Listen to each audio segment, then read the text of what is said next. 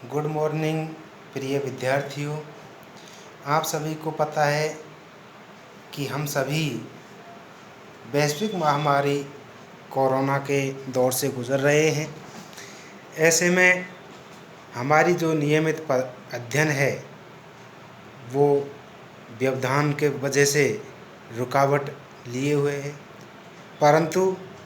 हमें ये भी देखना है कि इस कोरोना महामारी में हमारे जो सुरक्षा उपाय हैं, जैसे मास्क लगाना, सैनिटाइज़र हाथों को करना, सोशल डिस्टेंसिंग का पालन करना, इन सभी को ध्यान में रखते हुए हमें अपनी पढ़ाई पर भी विशेष ध्यान देना है। ये तो आप सभी को पता है कि हमने अस्थायी प्रवेश के तौर पर प्रत्येक कक्षा से अगली कक्षा में फीस जमा भी कराई है और हम प्रमोट भी हुए हैं, लेकिन आप इसे स्थायी प्रवेश नहीं समझे, क्योंकि यदि कोरोना महामारी का जो प्रकोप है यदि वो नियंत्रित होता दिखता है तो आपकी जो परीक्षा है वो भी आवश्यक रूप से कराई जाएगी। इस हेतु आपको निश्चित तौर से अपनी पढ़ाई पर ध्यान देना है, साथ ही कोरोना से जंग भी लड़नी है, क्योंकि हम जानते हैं कि कोरोना के साथ ही हमें अब ज़िंदगी जीनी है। यदि ऐसी परिस्थिति में हम अपनी सोशल डिस्टेंसिंग, मास्क लगाना, सैनिटाइज़र नहीं करना, साबुन से हाथों को नहीं धोना, इन सब को हम नहीं करते हैं तो हमारे निजी जीवन के साथ में हम खिलवाड़ कर रहे हैं, हमारी ज़िंदगी के साथ में खिलवाड़ कर रहे हैं। और यदि हम एक तरफ बिल्कुल ही कुछ कार्य नहीं करें, जैसे अध्ययन आदि,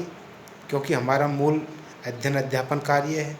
तो ऐसी स्थिति में हम देखेंगे कि हम एक ज्ञान की जो धारा है उसमें रुकावट पैदा करते हैं। और हम ये भी जानते हैं कि हमें सरकार के जो नियम हैं उनका पालन भी करना है, क्योंकि ये तो निश्चित तौर है से सही बात है कि हमें कोरोना से जंग जीतनी है, तो अति आवश्यक कार्य से ही घर से बाहर हमको निकलना है, अन्यथा हमें घर पर ही अध्ययन करना है। अब ऐसी परिस्थिति में आप सभी जानते हो कि हम घर पर किस तरीक़ा से अध्ययन करें, तो आप सभी को मैं बता देता हूँ कि अध्ययन करने के मुख्य जो उपाय हैं इस कोरोना के अंतर्गत सोशल मीडिया हमारे अर्थात गुरुजनों और विद्यार्थियों के बीच की कड़ी है। ऐसे में आप सभी को ग्रुपों से, व्हाट्सएप ग्रुप के माध्यम से जोड़ने का प्रयास भी किया है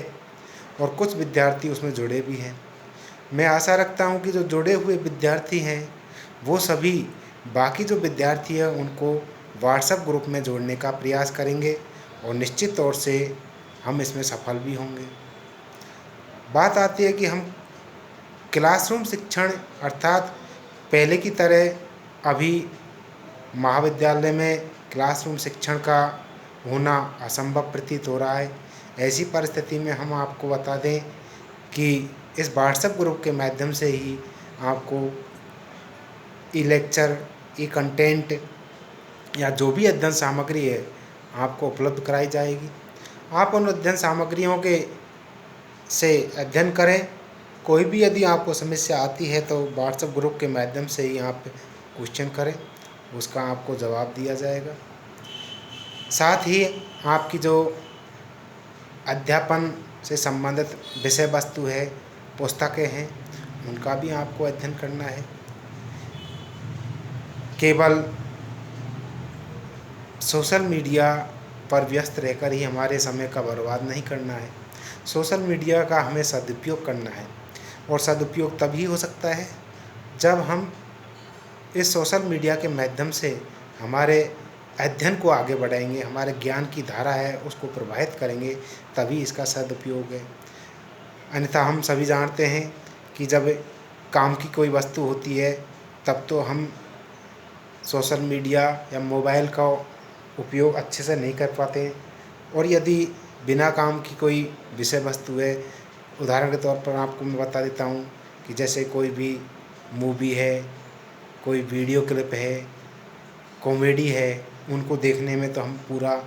समय बर्बाद कर देते हैं और हमें मालूम भी नहीं चल पाता है कि कब हमारा टाइम है वो गुज़र गया। लेकिन हमें कुछ अपने आप को नियंत्रित करके इन चीज़ों से दूर रखना है और अध्ययन की जो विषय वस्तु है, कंटेंट है, उन सभी को हमें सोशल मीडिया के माध्यम से देखना है और सीखना भी है। प्यारे विद्यार्थियों, इसी कड़ी में मैं आपको बताना चाह रहा हूँ कि हम संभवतः पूर्णतः प्रयासरत हैं कि एक जो हमारे अध्ययन की सामग्री है उसे आप तक पहुंचाने का हम प्रयास भी करेंगे और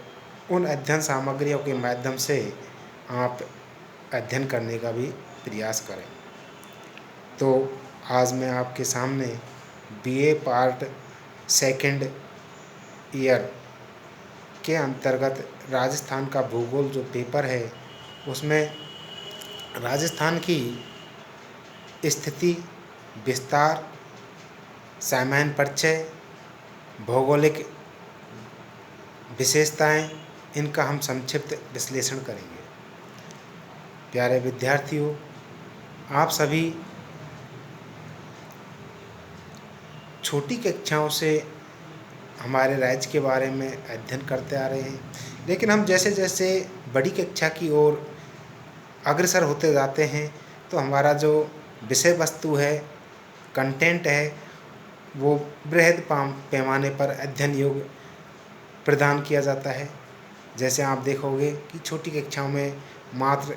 उसका ज्ञान ही प्राप्त करते हैं, जबकि हम कॉलेज स्तर की जो शिक्षाएं हैं, इन कॉलेज स्तर की शिक्षाओं पर हम देखेंगे कि हमें केवल ज्ञान ही नहीं, उसकी समझ भी विकसित करनी है। इस कंटेंट के बारे में हमें समझ भी विकसित करनी है, विश्लेषण भी करना है और इन सब विश्लेषणों को हम बृहद स्तर पर अर्थात डेस्क्रिप्टिव रूप से या वर्णनात्मक रूप से यदि अध्ययन करते हैं तब ही हम कर पाएंगे। तो ऐसे में हम आपको बताएं कि राजस्थान राज्य भारत का एक विशिष्ट राज्य है जो क्षेत्रफल की दृष्टि से सबसे बड़ा राज्य है।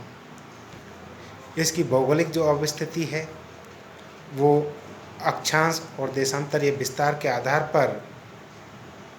यदि अक्षांशीय स्थिति को हम देखें तो 23 डिग्री 3 मिनट उत्तरी अक्षांश से 30 डिग्री 12 मिनट उत्तरी अक्षांशों के मध्य स्थित है तथा देशांतरीय विस्तार यदि हम देखते हैं तो 69 डिग्री 30 मिनट से 78 डिग्री 17 मिनट पूर्वी देशांतरों के मध्य हमारे राजस्थान राज्य का भौगोलिक भूभाग अवस्थित है। राजस्थान राज्य का कुल भौगोलिक क्षेत्रफल है 3,42,239। इस कुल भौगोलिक क्षेत्र में